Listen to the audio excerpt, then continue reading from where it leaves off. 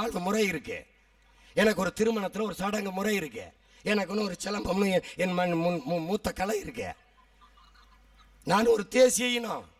எனக்கான கலை, எனக்கான இலக்கியம், எனக்கான பாட்டு, எனக்கான இசை, அனைத்தையும் எனக்கான நிலப்பரப்பு அனைத்தையும் கொண்ட நான் ஒரு தேசிய இனம். எனக்கு ஒரு பண்பாடு இருக்குது. அதே மாதிரி மலையாளிகளுக்கு ஒரு பண்பாடு இருக்குது. அதே மாதிரி கன்னடர்களுக்கு, தெலுங்கர்களுக்கு, மராட்டியர்களுக்கு, குஜராத்தியருக்கு, மார்வாடிகளுக்கு ஒரு பண்பாடு இருக்குது. இப்படி பல்வேறு மொழிவழி தேசிய மக்களின் பண்பாடு இந்தியாவின் பண்பாடாக இருக்க முடியுமே ஒழிய இந்தியாவிற்கென்று பாரதத்திற்கென்று ஒரு தனித்த பண்பாடு கிடையாது. இது தெரியாம சும்மா பீத்திக்கிட்டு அலையக்கூடாது. இந்தியாவின் இறையாண்மை இறையாண்மை.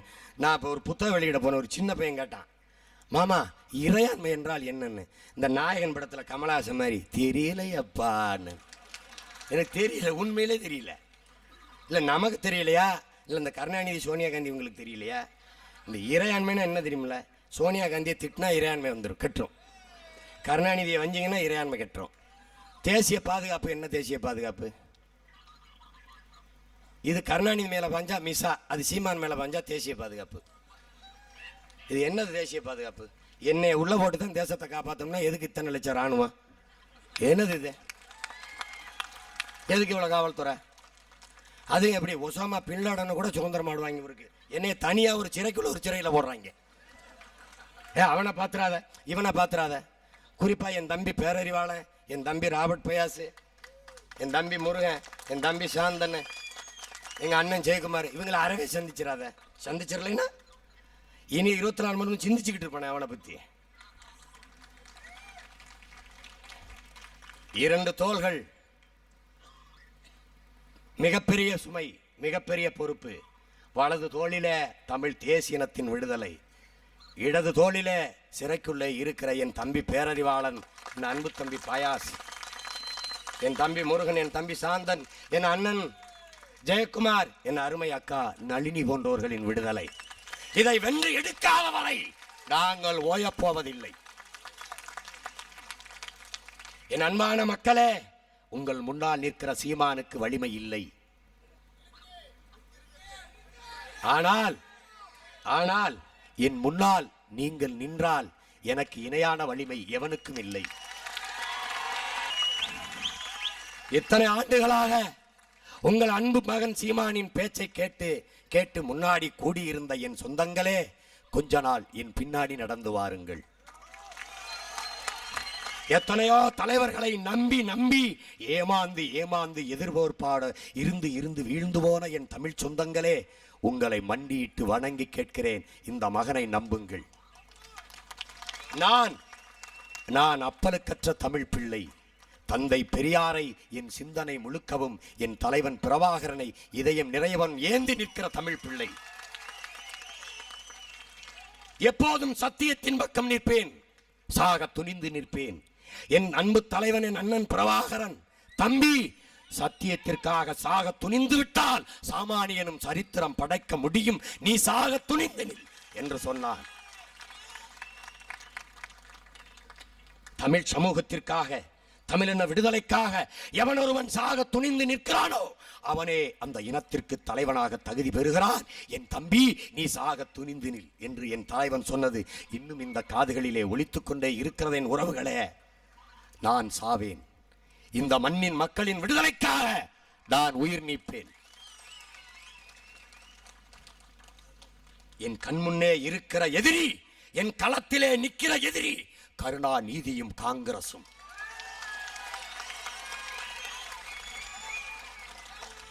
இந்த இடத்திலே என் தலைவனின் கட்டளையை ஆணையை மீறுகிறேன்.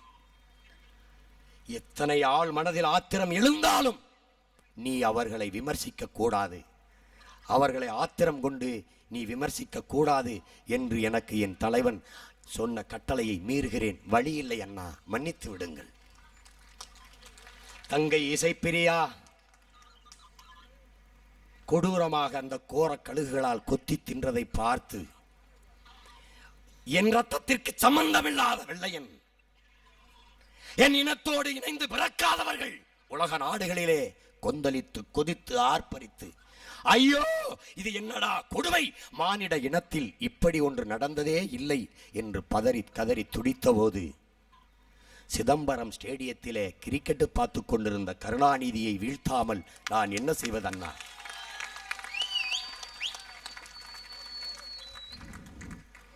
பிறங்கையை கட்டி கண்களை கட்டி நிர்வாணப்படுத்தி நம் பிள்ளைகளை புறமுதுகில் சுட்டி சிங்களன் வீழ்த்துகிற போது அந்த காணொளி காட்சியை கண்டு அனைத்துலக நாடுகளும் அலறி துடித்த போது அருமை பெருமகன் ஐயா கலைஞர் கருணாநிதியிடத்திலே கேட்கிறார்கள், என்ன இப்படி ஒரு காட்சி அப்படின்னு. அது எப்ப நடந்ததோ தெரியலையே என்றால், அது எப்போது நடந்தாலும் சரிதானா ஐயா? இந்த கொடிய உள்ளம் உங்களுக்கு எப்படி வந்தது? ஒரு பெரியவர் என்னிடத்திலே சொன்னார், மண்டை சிறுத்து நெஞ்சு பெருத்திருந்தால் பிரச்சனை இல்லை, ஆனால் நெஞ்சு சிறுத்து மண்டை பெருத்து மண்டைக்குள் மூளையும் பெருத்து மூளை நிறைய சிந்தனையும் பெருத்து இருப்பதில் பிரச்சனை இல்லை, ஆனால் அந்த சிந்தனை முழுக்க வஞ்சனை இருக்கிறதே அதுதான் பிரச்சனை என்று சொன்னார். எத்தனையோ பெரிய பெரிய அரசியல் தலைவர்களெல்லாம் வீழ்த்தி களங்கண்ட கலைஞர் கருணாநிதி அவர்களே, இந்த சின்ன பயலை நீங்கள் அவ்வளவு சாதாரணமாக நினைக்காதீர்கள், சாதாரணமாக நினைக்காதீர்கள். எந்த பெரியார் என்ற பெரும் ஆயுதத்தை எடுத்து எடுத்து எம் இனத்தை வீழ்த்தினீர்களோ அதே பெரியாரின் பேர பிள்ளை வந்திருக்கிறேன். எந்த ஆயுதத்தை தூக்கினீர்களோ அதே ஆயுதத்தை கொண்டு வீழ்த்த. ஜெயலலிதா ஆட்சிக்கு வந்தால் பெரியார் அண்ணா ஆட்சி போய்விடும். இதுதான் பெரியார் அண்ணா ஆட்சியா ஐயா? இதுதானா? பகுத்தறிவு பகலவனின் வாரிசே மஞ்சத்துண்டு போட்டதற்கான விளக்கத்தை இதுவரை சொல்லவே இல்லையே. எங்கள் பெருமைக்குரிய பாட்டனான் அருண்மொழி தேவன் கட்டிய பெருவுடையார் கோயிலுக்கு 1000வது ஆண்டு விழா எடுக்க போகிற போது மஞ்சத்துண்டை கலட்டி வைத்துவிட்டு பட்டுச்சட்டை பட்டு வேட்டியில் போன காரணம் என்ன? பதில் உண்டா? சொல்ல முடியுமா? மன்னனாக போகாதீர்கள், மக்களில் ஒருவராக போங்கள் என்று சொல்லியிருப்பான் ஜோசியக்காரன். தலை வாசல் வழியே நுழைய தைரியம் பகுத்தறிவு பகலவனின் வாரிசுக்கு உண்டா? கோயில் போல செட்டு போட்டு அரங்கு நிர்மாணித்து நிகழ்ச்சி அவமானமாக இல்லையா? புட்டபர்த்தி சாய்பாபா வீட்டுக்குள்ளே வரும்போது எங்கள் அருமை தாயார் உங்கள் அன்பு மனைவி தயால் அம்மாள் சாஸ்தாங்கமாக விழுந்து உங்கள் கண்முன்னே கும்பிட்டாரே, அதுதான் தந்தை பெரியாரின் பகுத்தறிவு பகலவனின் பகுத்தறிவு சுடரா? உங்கள் அருமை அமைச்சர் ஐயா துரைமுருகனும் உங்கள் அருமை பேரன் சகோதரர் தயாநிதி மாறனும் புட்டபர்த்தி சாய்பாபா மோதிரம் கொடுத்தார் என்று ஒருவரா பீத்தி திரிந்தார்களே, இதுதான் தந்தை பெரியாரின் பகுத்தறிவா? அண்ணன் அழகிரி அவர்கள் சிறையிலே இருக்கும்போது அம்மா தயால் அவர்கள் மந்திரிச்ச காசிக்கயிறை கட்டிவிட்டார்களே, இதுதான் பகுத்தறிவு குடும்பத்தினுடைய கொள்கை பிரச்சாரமா? நீங்கள் பேசலாமா ஐயா? நான் சொல்லுகிறேன், பெரியாரை பற்றி பேச ஜெயலலிதாவிற்கு அருகதை இல்லை. அதைவிட 1000 மடங்கு உங்களுக்கு அருகதை இல்லை.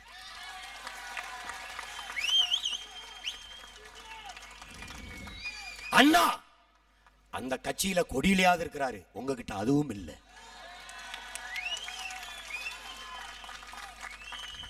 அதுவும் இல்லை.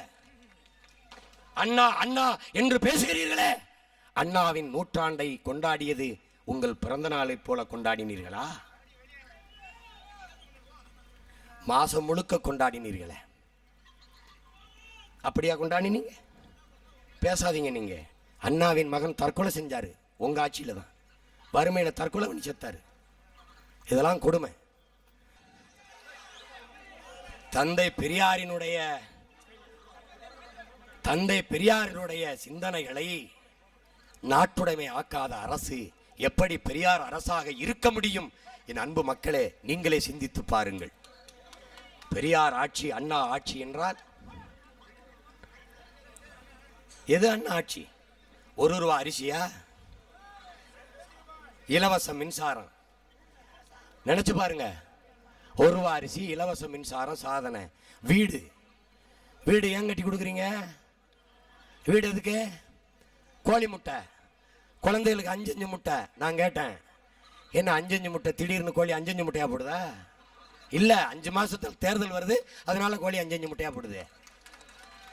இது மறைமுகமான லஞ்சம், மறைமுகமான கையூட்டு.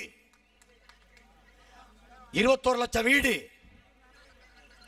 3 மாசத்துக்குள்ள 3 லட்சம் வீடு கட்டுறாரு கருணாநிதி.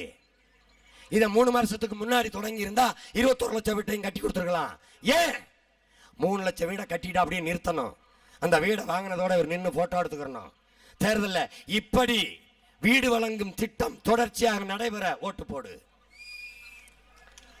திருப்பதியில் மொட்டை அடிச்சு பாதி பாதி மண்டையை சிறைச்சரிச்சு வைப்பான்ல, அப்படி ஒவ்வொன்றையும் போட்டு போட்டு நிறுத்தி வைக்கிறது.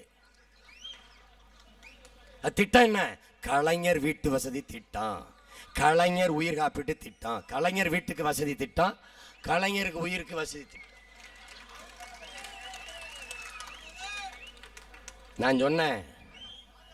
நான் சொன்னேன் கருணாநிதி அவர்களுடைய நீண்ட ஆயுள் தமிழ் பேரினத்திற்கு குறைந்த ஆயுளாக போய்விட்டது என்று சொன்னேன். ஒன்னே சொல்றாரு, என்னை சாக சொல்றான். நீங்க ரொம்ப நாள் வாழணும். இந்த இனத்திற்கு நீங்கள் செய்த துரோகத்திற்கு இந்த மக்கள் எப்படியெல்லாம் எழுச்சியும் புரட்சியுமாக திரண்டு உங்களை வீழ்த்துகிறார்கள் என்பதை பார்ப்பதற்கு நீங்கள் ரொம்ப நாள் வாழணும். எல்லாத்திலையும் உங்களை வீழ்த்திய எம்ஜிஆர் ஆயிலில் தோற்றுவிட்டார். அந்த தோல்வி தமிழர் என்கிற இனத்தின் தோல்வியாக மாறிவிட்டது. இன்னொரு முறை தந்தை பெரியார் நம்மிடையே பிறக்கப் போவதில்லை. இன்னொரு முறை புரட்சி தலைவர் எம்ஜிஆர் நம்மிடையே பிறக்கப் போவதில்லை. ஆனால் இந்த உன்னத தலைவர்களின் உயர்ந்த லட்சியங்கள் நம்மிலிருந்து ஒருபோதும் இறக்கப் போவதில்லை. என் அன்பு தமிழ் சொந்தங்களே, இந்த 2 பெரும் தமிழ் தலைவர்களின் கனவு எனக்கு வலப்புறத்திலே நிற்கிற வானமும் அறிவும் ஊட்டி எங்களை இன உணர்வு கொண்ட மனிதர்களாக இந்த மண்ணிலே செதுக்கிய மகத்தான தலைவன் என் ஐயா பெரியாரின் கனவு காங்கிரஸை ஒழிப்பது. என் தலைவன் மீது, என் தந்தையின் மீது, என் ஐயாவின் மீது ஆணையிட்டு சொல்கிறேன், இந்த மண்ணில் காங்கிரஸை ஒழிப்பேன். என் கைக்கு இடதுபுறமாக நிற்கிற அந்த மகத்தான தலைவன் புரட்சி தலைவன் எம்ஜிஆரினுடைய லட்சிய கனவு தமிழர்களுக்கென்று ஒரு நாடு, அது தனித்தமிழீழ நாடு, அதை அடைவது.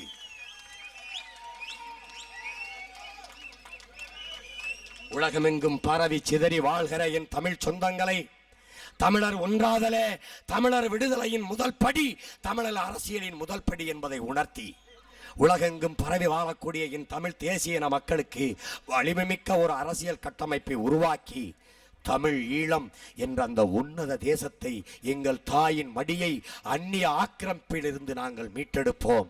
எங்கள் தலைவர் புரட்சி தலைவர் எம்ஜிஆர் அவருடைய லட்சிய கனவை நிறைவேற்றுவோம். இருவரும் தலைவர்களே, உங்களுக்கு வீர வணக்கம் செலுத்துகிற இந்த நாளில் உங்கள் அன்பு பிள்ளை உங்களை வணங்கி சொல்லுகிறேன், காங்கிரஸை ஒழிப்போம், தமிழீழம் வெல்வோம். நன்றி, வணக்கம்.